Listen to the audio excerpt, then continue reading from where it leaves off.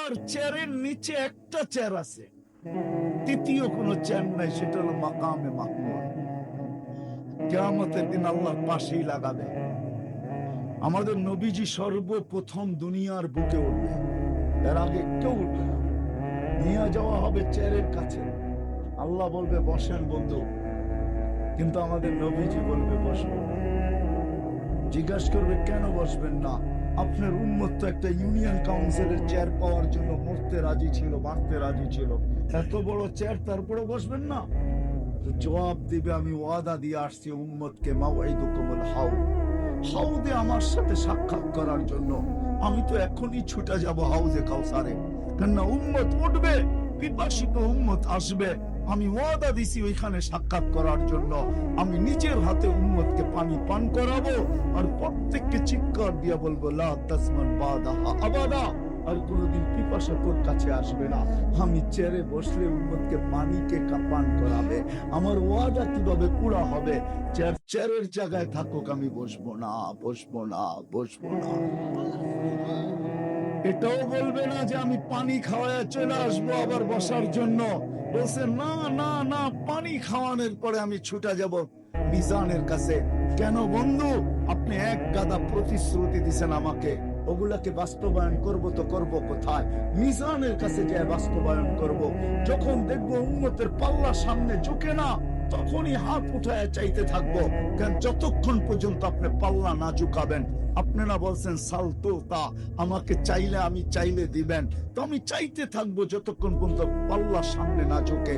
দ্বিতীয় প্রতিশ্রুতি আপনার, পাল্লা যখন সামনে না ঝুঁকবে তো আমি সুপারিশ করতে থাকবো, ওই পর্যন্ত করতে থাকবো যতক্ষণ পর্যন্ত পাল্লা সামনে না ঝুঁকায় দেন। কেন আপনি বলছেন সাফি তু সাফা, আমি সুপারিশ করলে আপনি মঞ্জুর করবেন।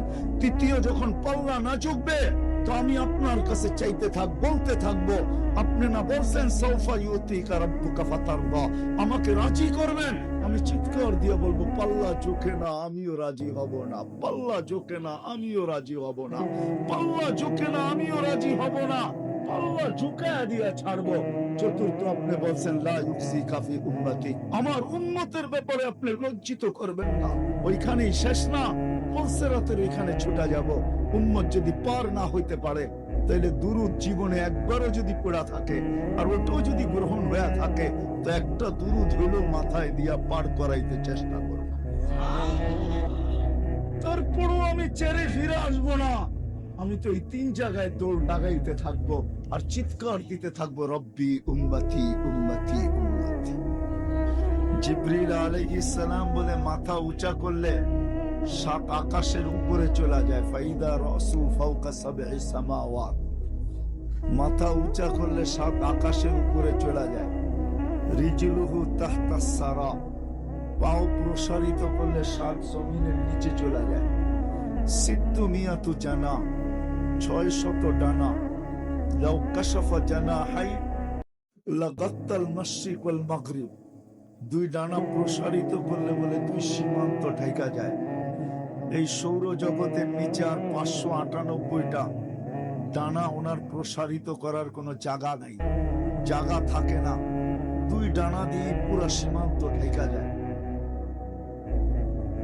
ওনার তুলনায় আমরা বড় ছোট, ঠিক না? হ্যাঁ, কি বলেন? কিন্তু শ্রেষ্ঠত্বের মুকুটটা মনে হয় ওনার মাথায় না, শ্রেষ্ঠত্বের মুকুটটা আমাদেরই মাথা, ঠিক না? কি বুঝে আসতেছে? শ্রেষ্ঠত্বের মুকুটটা কিন্তু ওনার মাথায় না। দেহে উনি অনেক বিশাল, মাথা সাত আকাশের উপরে, পাও সাত জমিনের নিচে, দুই ডানায় পুরা সীমান্ত ঢেকা যায়। আবার নামও যদি শুনেন, ওনার নাম রুহুল কুদুস, শাদীদুল কুওয়া, বড় শক্তিশালী। এই জন্য ওনাকে জিজ্ঞাসা করা হয়েছিল কোন পর্বে যে আপনার শক্তি কতটুকু? আমি কুস্তি লইয়া দেখি না, মোকাবেলা হইলে না বোঝা যায় আমার শক্তি কতটুকু। কিন্তু উনি এই জবাব দিচ্ছেন যে আমি তথ্য দিতে পারি, আমরা একটা পরের কোনার শক্তি। ইস্তামালতু লিকওমিন, আমি এক জাতির জন্য ব্যবহার করছি। জমিন থেকে উঠায়া নিয়ে উল্টায় মেরা দিছি, ফাসারা বাহরান মাইয়িতান ইলা ইয়াউমিল কিয়ামা, কিয়ামত পর্যন্ত এটাকে ডেড সি বানায় দিছি, ডেড সি। 100 কিলোমিটার লম্বা, 5 কিলোমিটার চওড়া জর্ডানের ডেড সি। এটা জিবরিল আলাইহিস সালাম উল্টায় মেরা দিছিলেন, এই জমিনটাকে পর দিয়া উঠায়া উল্টায় মেরা দিছেন। কিন্তু শ্রেষ্ঠত্বের মুকুটটা ওনার মাথায় না, শ্রেষ্ঠত্বের মুকুটটা কিন্তু আমাদের মাথা। দেহটা যদিও আমাদের ছোট, আবার বড় দুর্বল। যদি দুর্বল না হইতো তাহলে আল্লাহ কোনদিন বলতেন না খুলিকাল ইনসানু যায়ীফা। মানুষ বড় দুর্বল, মানুষ আমরা কি বড় দুর্বল। ইদা মাসসাহুল খায়রু ইদা মাসসাহুশ শাররু জাজুআ, ব্যথা পাইতে দেরি, চিৎকার দিতে দেরি করে না, উহ করতে দেরি করে না, ঠিক না? কি সুরের গোচা খাইলেও তো উহ করি, ঠিক না? কি বলেন? দুর্বল কতটুকু? ওয়াইদা মাসসাহুল খায়রু মানুআ, আর ভালো কিছু যখন পাওয়া যায় তখন পিছে তাকায়া কখনো দেখে না। যদি একটা হাদিস নিয়ে আসি, যুবক যখন যৌবন পাওয়া যায় তখন পিছে তাকায় একবারও দেখে না যে আমি একদিন একটা পানির ফোঁটা ছিলাম। মনে হয় এখানে কোনো যুবক নাই, এতটুক বয়সে একদিনও সে বসে ভাবছে যৌবন পাওয়ার পরে যে আমি তো একদিন একটা পানির ফোঁটা ছিলাম, ড্রপ ছিলাম, ড্রপ, পানির ফোঁটা ছিলাম। ইবনে সিনা সামনে যায় জিজ্ঞেস করেন, একটা পানির ফোঁটাও না। একটা পানির ফোঁটাকে আল্লাহ কয়েক লক্ষ গুণ ভাগ করেন, তারপরে একটা দিয়ে আমাকে আপনাকে বানান। যুবক যৌবন পাওয়ার পরে আর পিছে ফিরা তাকায় না। আমরা পুরুষ পুরুষত্ব পাওয়ার পরে কোনোদিন পিছে ফিরা তাকাই না। নারী নারীত্ব পাওয়ার পরে কোনোদিন পিছে ফিরা তাকায় না। টাকা পাওয়ার পরে আর কোনোদিন পিছে ফিরা তাকায় না। বন্ধ কামরায় বসে কখনো ভাবে না যে আমি ছিলাম কি, মালিক আমাকে দিল কি। কি বলেন? একজন হাত উঠায় বলেন যে আমি মাঝে মাঝে বদ্ধ কামরায় বসে ভাবি, পিছনটা ভাবি। তো কোরআনের কথাই তো সত্য, ইদা মাসসাহুল খায়রু মানুআ, সবকিছু যখন পাওয়া যায় তো আর পিছে তাকায় না, তখন সামনে আরো ছুটতে থাকে। চলেন ওটার দিকে চলে গেলে লম্বা হয়ে যাবে, সামনে আরো ছুটতে থাকে। এক বিল্ডিং এর মালিক হইলাম, আরেকটা হয় কি কইরা, দুইটা হইলাম তো তিনটা হয় কি কইরা, তিনটা হয় তো চারটা হয় কি কইরা। সব সামনের দিকে ছুটতে থাকে, পিছের দিকে কেউ ফিরা কখনো তাকায় না। কোরআন এটাই বলে, ইদা মাসসাহুল খায়রু মানুআ, পিছে ফিরা কেউ তাকায় না। বিদায় যেটা বুঝাইতেছিলাম, আমাদের অস্তিত্বটাও ছোট, আবার অস্তিত্বের ভিতরে যে একটা হায়াত আছে, জীবন, এটাও কিন্তু ছোট। 60-70 বছর। যদিও আমি বইলা বেড়াই যে এই ছোট জীবনটা আল্লাহ আমাদেরকে কেন দিলেন। আমি মাঝে মাঝে ভাবতাম যে 900 950 বছর বয়স দিলেন, 500 700 দিলেন, 200 300 দিলেন, আমাদেরকে 60-70 বছর কেন দিলেন? কিন্তু আমি খুঁজতে খুঁজতে পরে পাইছি যে কেন দিলেন। আল্লাহ আমাদেরকে অগাধ ভালোবাসেন, এই জন্যই অল্প বয়স দিছেন। আপনি যদি বলেন ছোট বয়স আর ভালোবাসার সম্পর্ক কি, তাহলে আমার দেশের প্রবাদ বাক্য আমাকে বুঝায়, ভালোবাসার পাত্রকে বেশি খাটাইতে চায় না। মনে হয় বুঝাইতে পারি না। ভালোবাসার পাত্র বেশি খাটো, পরিশ্রম করো, মাথার ঘাম পায়ে ফেলো, ঘাম ঝরা, এটা কেউ চায় না। চায় নাকি? হ্যাঁ, আমরাও আল্লাহর প্রিয় পাত্র, এই জন্য বয়স কম দিছেন, বেশি খাটাইতে চান না। মনে হয় বুঝাইতে পারি না। আল্লাহ আমাদেরকে বেশি খাটাইতে চান না, আমরা আল্লাহর প্রিয় পাত্র। যদি বলেন প্রমাণ কি, তাহলে প্রমাণ দেই। প্রিয় পাত্র যদি না হইতো তাহলে কুদরতি হাতে তৈরি করলেন, এতটুকুই তো যথেষ্ট ছিল, ঠিক না? কিন্তু আমাকে বাইসা বাইসা আলাদা কেন করলেন? হুয়া যে তাবাকুম, উম্মতে মুহাম্মদী হওয়ার জন্য আমাদেরকে বাইছা বাইছা আলাদা কেন করলেন? আল্লাহ আমাদেরকে বাইছা বাইছা আলাদা করছেন। আমরা কসম খায়া বলতে পারি, না জানি কত কোটি মানুষের ভিতর থেকে বাইছা আমাকে আল্লাহ উম্মতে মুহাম্মদী হওয়ার জন্য আলাদা করছেন। এটাও ভালোবাসার প্রকাশ।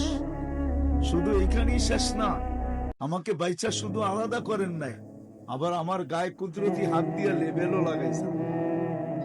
লেবেল জানেন কোনটা? আমাদের গায়ে লেবেল সেইটা দিয়েছেন, সেইটা লেবেল দিয়ে আবদ্ধ করছেন, লেবেল লাগায় দিয়েছেন কুদরতি হাতে। কুনতুম খায়রা উম্মাহ, এটা হলো আমাদের লেবেল। আমাদের প্রত্যেকের গায়ে লেবেল লাগানো আছে, তোমাদের চেয়ে উত্তম কোন উম্মত নাই। আল্লাহকে যদি প্রশ্ন করি এত ভালোবাসা কেন দেখাইতেছেন, আল্লাহ বলে তোমাদেরকে প্রেরণ করব এই জন্য।